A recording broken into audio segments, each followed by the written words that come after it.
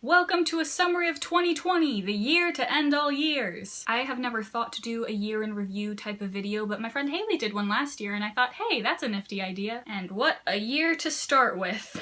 I'm going to catalog my 2020 experience month by month, just for memory's sake. Starting off with January, which lasted forever, as it always does. January was fairly uneventful, except for one thing. Full disclosure, my parents helped pay for a lot of my education. I have scholarships, and I'm still gonna have loans when I graduate, but they are definitely relieving me of a huge financial burden by helping me out. And I'm on a payment plan, and I accidentally overcharged, double charged to my mom's account by a lot of money, and it was a simple fix. I just needed to go in and talk to my financial advisor about it. But I have so much anxiety when it comes to money stuff, adult stuff, confronting people, asking for help. I kept stalling for weeks to the point that my roommate Alex had to go with me to the financial aid office for moral support. I kept going through every worst case scenario, like, okay, if I can't get the money back, then I'll have to pay back my mom, and I can do that if I work this amount and I do this.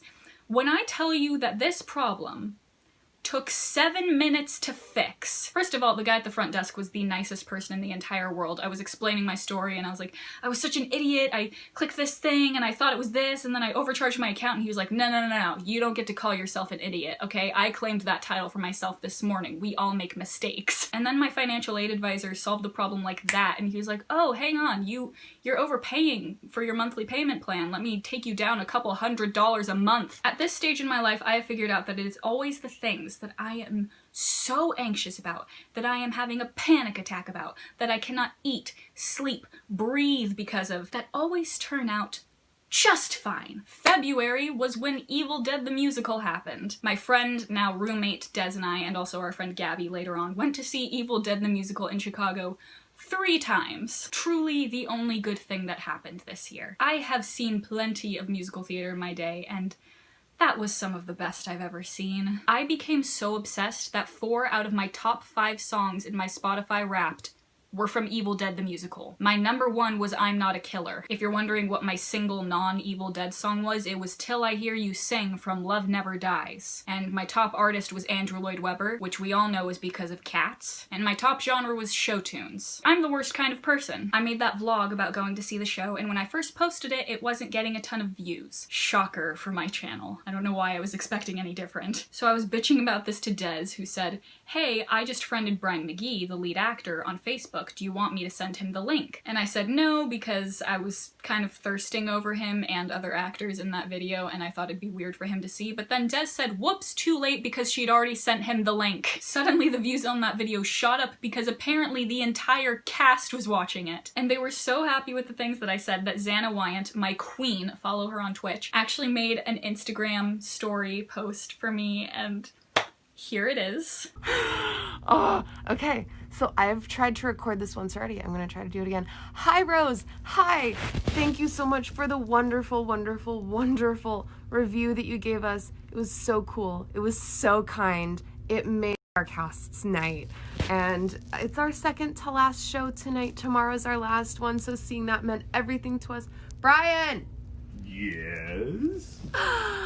And our very own Ash Hi. has something to say too. I thought that you are one of my favorite kinds of fans, because like the fact that you showed up not once or twice but 3 times and enjoyed the hell out of the show, like that's why I do this. And those things you said about me, like thank you. As if that weren't enough, Brian and Xana were also super nice to me in my Instagram DMs.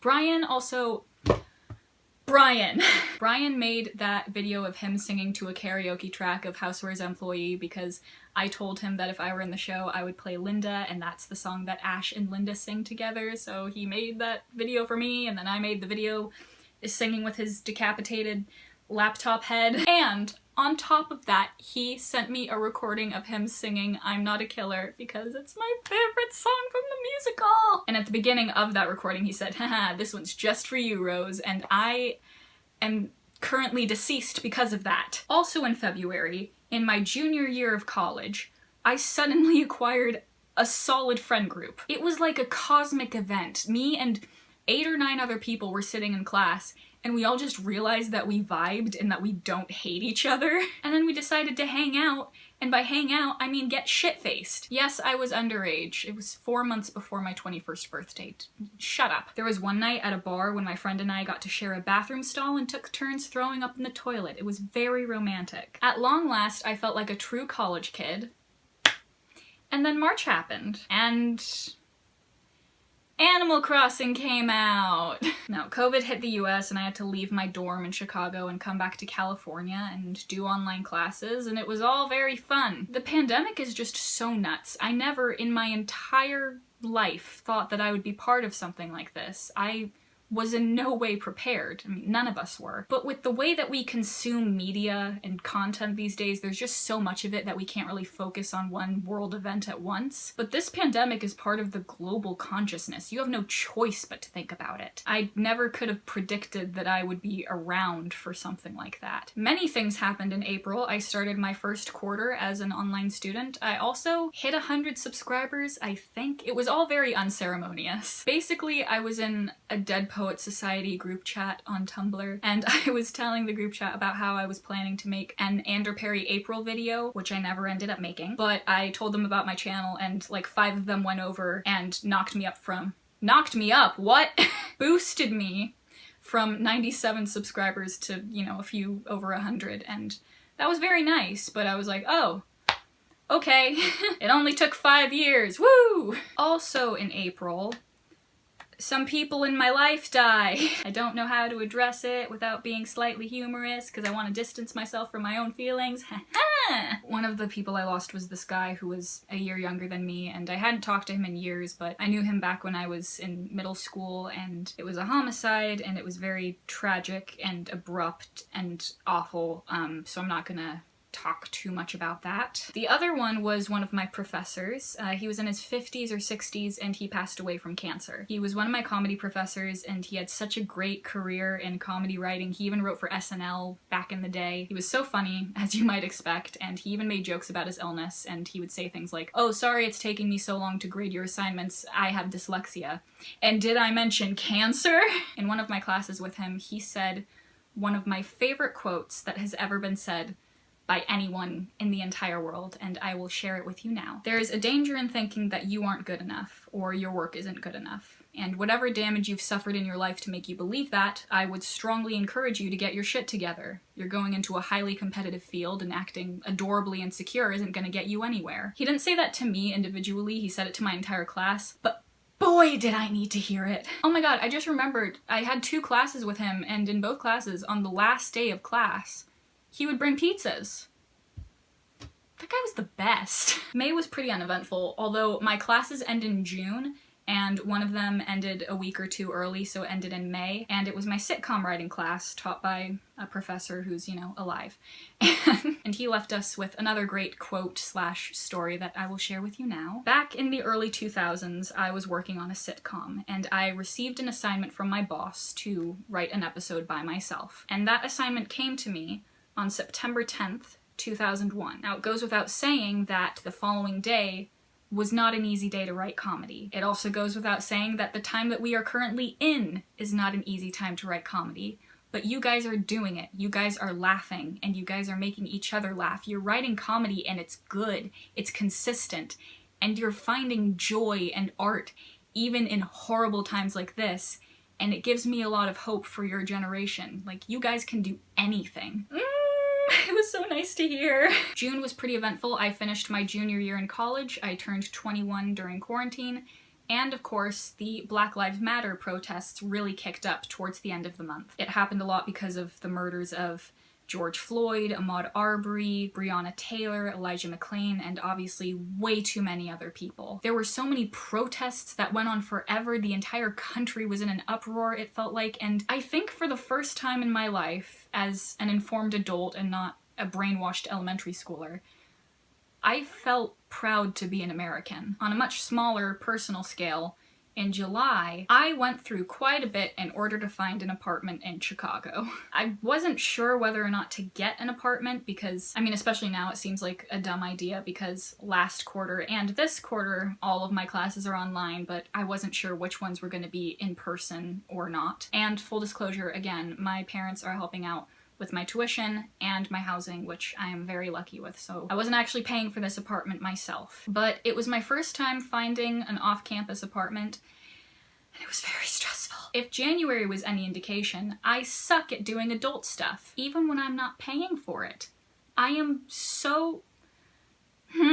I wish my brain didn't function like this. I wish it could function literally at all. I just get really freaked out by new experiences and ventures and all that, and I've just... Yes, I'm as disappointed in myself as you are. On a happier note, I joined a screenwriting group called Deadline Junkies. What happened was I was applying to internships, and this one company was like, hey, because of the pandemic, we're not taking too many people on, but I recommend that you join our screenwriting group, Deadline Junkies. It meets every week, and we focus on comedy writing. It's this huge group of writers and actors who do table readings of original scripts and spec scripts, now that I think about it. I started out just giving people feedback, but then the leader actually asked me to join the rotation so that I could present my work and get feedback on it. So I did, even though the idea scared me, and my instinct was to say no, because that's just how my pesky little brain works. No new opportunities, only familiar ones. But this year, in total, I have presented 3 scripts to Deadline Junkies, and I have gotten incredible feedback on them. Everybody in the group is so talented and smart and encouraging, and I cannot believe how lucky I am to be part of it. Moving on to August, there were some fires in California. I was working at Office Depot for the 3rd summer in a row. I got it back in July. Forgot to mention that. The school year started in September, so I finally moved in with my roommate Des and her adorable hellspawn Capone, which was a very rewarding experience after the stress of apartment hunting. Side note, I could not ask for a better roommate. Des is so tidy, she makes a point of cleaning every week or 2, and she cooks for me like every night. I decided this year, I was like, okay, I'm moving into my own place, I'm gonna learn to cook food, I'm gonna eat well this year. And then I moved in with an Italian American. So there go the plans of cooking for myself. I also started a writing group with my college friends called Writing During the Apocalypse, and they've helped me outline the next screenplay that I'm going to be working on. Also, this is by no means an accomplishment, but I would just like to note that I found out that Parks and Rec was going to be leaving Netflix, so I binged all 7 seasons in 13 days. Where there's a will and lots of free time, there's a way. In October, I voted in my first presidential election. I also joined a comedy sketch writing group. It's a subgroup of Deadline Junkies, and it's called Sketches. It's cool though, because I am so inexperienced with sketch writing, and now I get to learn. In November, Biden won! God bless America!